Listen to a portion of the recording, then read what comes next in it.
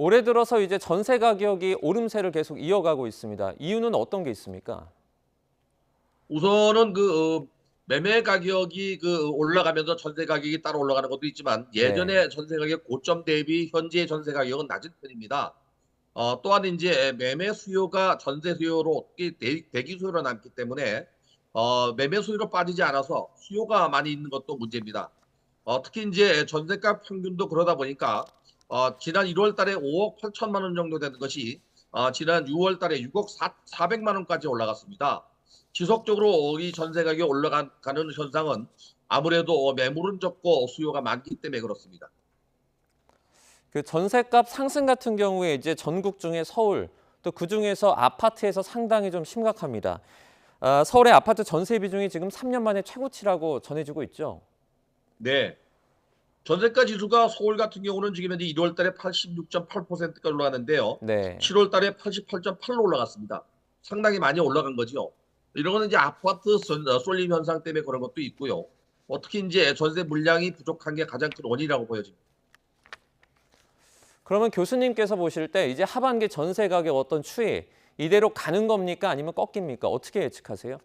제가 볼 때 매매 시장이 좀 살아나서 매매 시장으로 수요가 좀 분산되면은 네. 전세 시장이 안정화될 수 있지만 이번 금년도에는 전세 계약 청구권 제도가 끝나는 4 년이 도래하기 때문에 아무래도 올가을 이사철에는 전세 가격이 올라갈 가능성이 다 높습니다. 아마 올가을을 지나고 나서 내년 상반기가 돼야 좀 안정화되지 않겠나는 생각이 들어요. 그러면 이와 같은 전세 가격 상승이 월세 시장이나 아니면 매매가 상승 등 뭐 다른 부동산 시장에도 영향을 좀 많이 미칠까요?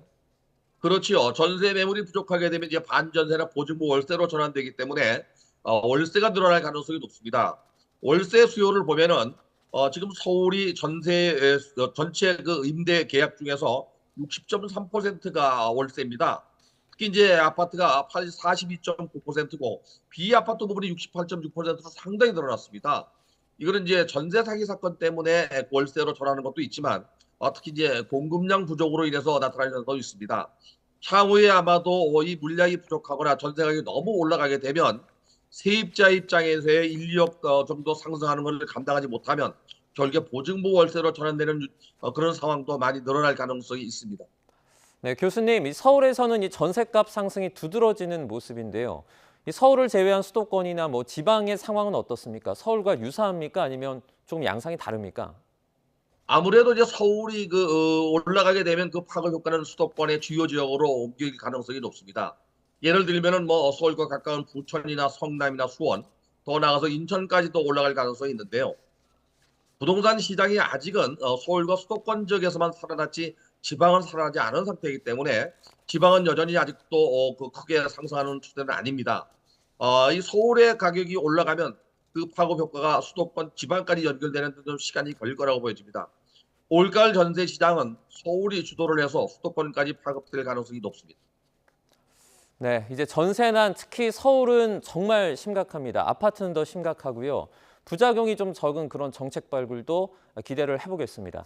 여기까지 듣겠습니다. 권대중 서강대 부동산학과 교수와 함께했습니다. 교수님 고맙습니다. 네, 감사합니다.